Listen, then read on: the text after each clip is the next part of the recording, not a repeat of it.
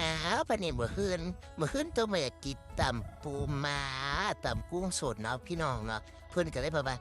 แดดเนี่ยบ่รู้ครูคิดไปหาซื้อของมาเฮ็ดเบิ่งหยิบใส่เทละตัวมันก็บ่โยมใส่โลดนี่แบบคนนี่สีปลาแดกแม่บักพริกบักแพ้ว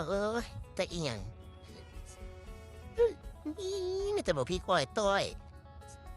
เสียล่ะอหย่างแนมหาหยังซีมจักเสียบจักงัวจักอย่างละละครับปูม้าใส่อุ้ยปูม้าไม่ใช่ตัวไข่ๆเลยพี่น้องสดมากนี่แหละคนก็ตากใส่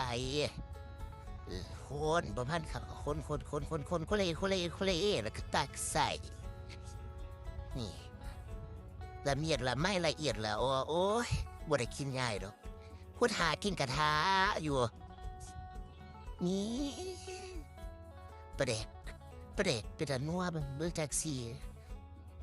ไม่เคยคนจักใส่กับประเทศจั่วกลมโหลดแต่อีกอย่างที่แน่เลือดสีเลือดสแมนแป่นเบอร์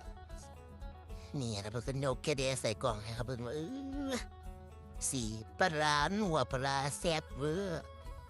เลือดแต่นะเขย่า